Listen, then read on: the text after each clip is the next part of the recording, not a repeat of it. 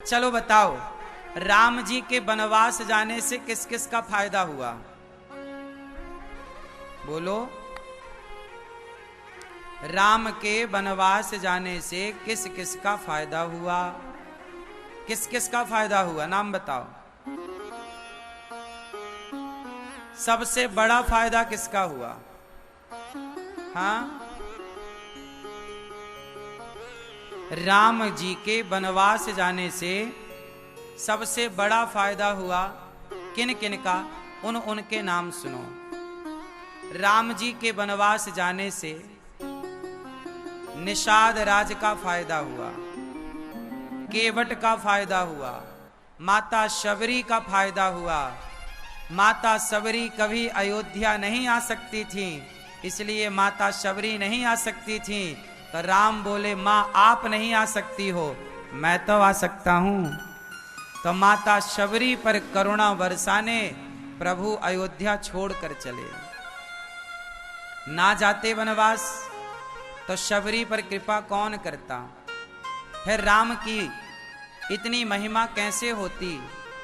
राम बड़े बने हैं तो जानते हो कैसे? जो छोटों को, वंचितों को गले लगाता है वही बड़ा कहलाता है। राम ने सबको गले लगाया, निषाद को गले, केवट को गले, माता शबरी को गले से लगाया। जिनको समाज अछूत कहा करती थी उस जमाने में, उनको गले लगाकर राम ने समाज की मानसिकता बदलने का कार्य किया कि भाई जब ईश्वर अछूत नहीं समझ रहा है किसी को, तो हम और आप कौन होते हैं किसी को अछूत कहने वाले और समझने वाले? राम कैसे हैं? सबको गले लगाते हैं। क्या आप सबको गले लगाते हैं? आज लोग राम की पूजा तो खूब करते हैं, पर राम के आदर्शों पर चलते नहीं, वचनों पर चलते नहीं। आज राम के जयकार लगाने वाले, जय श्री राम कहने वाले लाखों करोड़ों हैं, पर राम के पद चिन्हों पर चलने वाले बहुत कम हैं। अच्छा एक बात बताओ, राम राम जपने से काम होगा या राम के रास्ते पर चलने से काम होगा? जोर से। राम राम जपना और राम के रास्ते पर चलना, ये दोनों बातें एक हैं कि अलग अलग हैं? जोर से। और आप कौन से राह पर हो? राम राम जपने के राह पर हो या राम के रास्ते पर चलने के राह पर हो? राम राम जपने से शायद कल्याण ना हो, पर राम के बताए रास्ते पर चलने से जरूर कल्याण होगा। राम के चले राह पर चलने से निश्चित कल्याण होगा। अब देखो, एक बेटा है, वो अपने बाप का नाम जप रहा है, पिता पिता पिता पिता पिता पिता पिता। और तभी बाप बोले, बेटा जरा गिलास भर पानी लाओ। तो बोले, नहीं मैं पानी नहीं लाऊंगा, पर तुम्हारा नाम जप रहा हूं, पिता पिता पिता पिता पिता।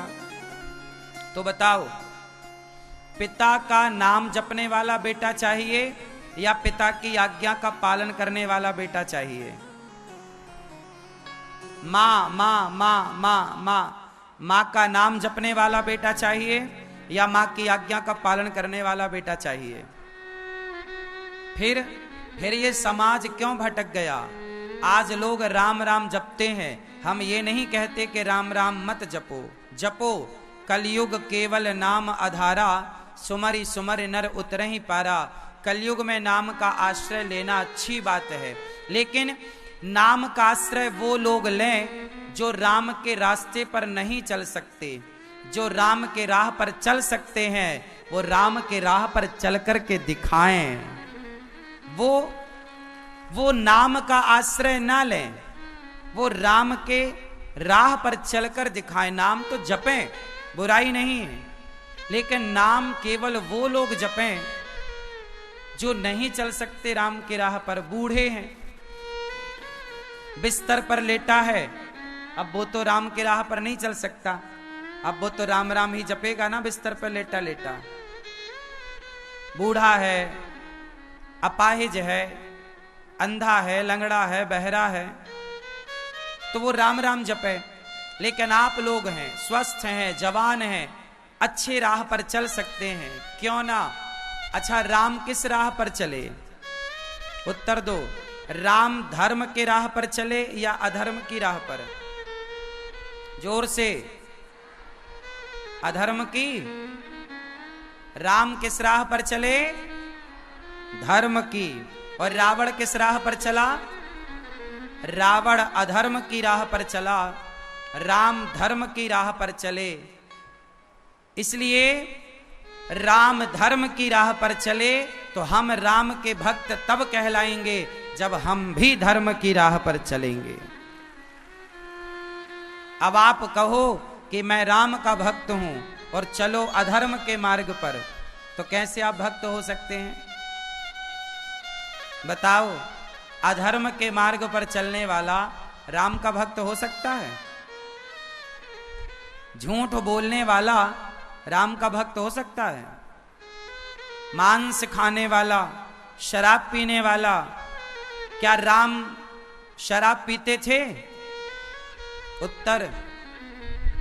क्या राम मांस खाते थे?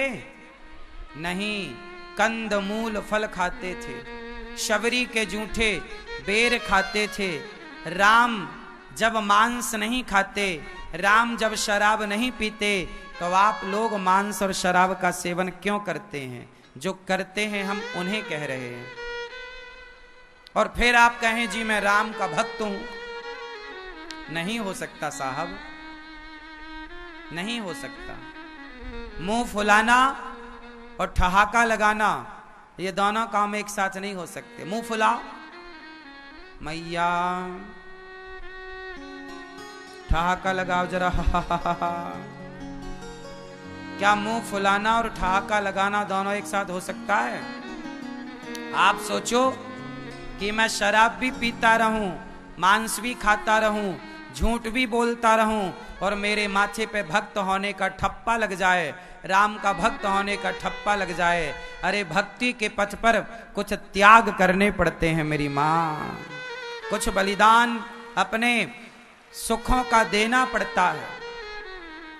लक्ष्मण जी अपने सुखों का बलिदान ना देते तो आज राम के भक्त कैसे कहलाते हैं? चलो छोड़ो, ये बताओ, भरत जी यदि अयोध्या के राजा बन जाते, मां कैकेयी ने कहा कि राम को वनवास और भरत को, जोर से, राम को 14 साल का और भरत जी को राजा। कैकेयी ने तो दशरथ जी से यही मांगा। चलो बताओ, यदि भरत जी राजा बन जाते तो लोग भरत जी को अच्छा कहते कि बुरा कहते? बोलो जरा, कल्पना करो कि भरत जी राजा बन जाते अयोध्या के, तो समाज भरत जी को अच्छा कहती या बुरा?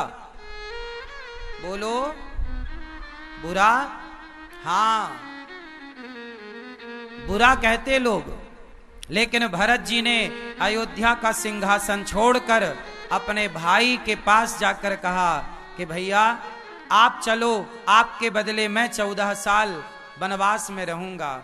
ऐसा भाई बन पाए भरत जी कि युगों युगों तक भरत जैसे भाई की कल्पना की जाती है कि काश हमारा भाई भरत जैसा और राम जैसा होता। तो राम जैसा और भरत जैसा भाई बनने के लिए त्याग करना पड़ा कि नहीं? भरत जी को त्याग करना पड़ा? बोलो हाँ या ना? तो याद रखना, भगवान को पाने के लिए त्याग करना पड़ेगा। आपके सामने सत्ता होगी, आपके सामने सिंहासन होगा, लेकिन उस सिंहासन का त्याग करके भगवान के भक्त को भगवान को चुनना पड़ेगा, धर्म को चुनना पड़ेगा। तब जाकर समाज में आपका यश बढ़ेगा, कीर्ति बढ़ेगी और युगों युगों तक समाज आपको भला कहेगा। यदि आपके अंदर त्याग नहीं है, सत्ता लोलुप हैं आप, पैसे के पीछे भागते हैं आप, भाई रिश्तों को त्याग कर आप पैसे के पीछे भागे। देखो पैसा बुरा नहीं है, लेकिन बताओ रिश्ते बड़े हैं कि पैसा बड़ा है? बोलो, रिश्ते बड़े हैं, पैसा बड़ा नहीं है। पैसा कमाया जा सकता है, रिश्ते कमाए नहीं जा सकते। रिश्ते एक बार बनते हैं तो वो सदा के लिए होते हैं। बहुत बड़ा बिजनेसमैन बन जाना अलग बात है साहब, बड़ा बिजनेसमैन बन जाना बड़ी बात नहीं है। बड़ा व्यापार कर लेना, बड़ी डिग्री पा लेना, बड़ा जज, बड़ा एडवोकेट, बड़ा इंजीनियर बन जाना बड़ा नहीं है। बड़ी बात है गृहस्थी चला लेना। आप बहुत अच्छे से व्यापार चलाते हैं, आप बहुत अच्छे व्यापारी हो सकते हैं, लेकिन बहुत अच्छा गृहस्थ होना बहुत कठिन है। परिवार चलाना बड़ी बात है कि व्यापार चलाना बड़ी बात है? उत्तर दो जोर से। और राम ने जो किया वो परिवार के लिए किया कि व्यापार के लिए किया? राम ने पैसे को पहला प्रधानता दी या परिवार को पहली प्रधानता दी? राम का पूरा जीवन परिवार के लिए है, समाज के लिए है, राष्ट्र के लिए है, दीन और दुखियों के लिए है।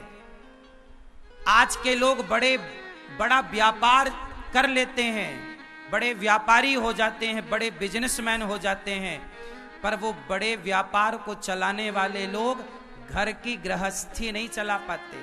इसका एक उदाहरण दे दूं आपको। इस पूरी दुनिया का सबसे बड़ा व्यापारी है बिल गेट्स। कौन? बिल गेट्स पूरी दुनिया का सबसे बड़ा व्यापारी है। व्यापार करना, बिजनेस करना आम बात है उस आदमी के लिए। कीड़ा है वो, व्यापार का कीड़ा है। इस दुनिया का सबसे बड़े पैसे वालों में उस बिल गेट्स का नाम है। अब सोचिए, इतना बड़ा आदमी बिल गेट्स, जो कई देश खरीदने की ताकत रखता है, इतना सफल व्यापारी, उसने व्यापार चलाना तो सीख लिया साहब, लेकिन परिवार चलाना नहीं सीख पाया। 27 वर्षों बाद उसकी पत्नी से उसका तलाक हो गया। हाँ या ना? हाँ या ना? क्या समझ में आई? व्यापार कर लेना अलग है और परिवार चलाना अलग है। सफल कौन? जो व्यापार सफलता से चला ले वो, या परिवार सफलता से चला ले वो? आप किसे सफल मानते हैं? जोर से। तो राम क्या चलाते हैं? परिवार। परिवार माँ ने कहा वनवास जाना है, एक बार नहीं सोचा राम ने कि क्यों जाऊं। माँ से एक सवाल नहीं किया, कहा जाना है, चले गए। भाई के लिए सत्ता छोड़नी है, छोड़ दिया। रावण पत्नी को लेकर गया, रावण जैसे राजा से लड़ गए राम। बंदर भालुओं की एक सेना तैयार कर ली, रावण से लड़ गए पत्नी के लिए। और राम जब राजा बने तो परिवार से ऊपर प्रजा को रखा। अभी मैं आपको बताऊंगा कि राम ने माता सीता को वनवास क्यों भेजा था। क्योंकि जब राम ने सीता मां को वनवास भेजा, जब माता सीता गर्भवती थी, जब राम ने सीता मां को वनवास भेजा, उस समय राम सिर्फ पति नहीं थे सीता माता के, उस समय राम राजा थे। याद रखिएगा, सबसे ऊपर परिवार होता है, लेकिन जब आप राजगद्दी पर बैठते हैं तो परिवार से ऊपर प्रजा हो जाती है।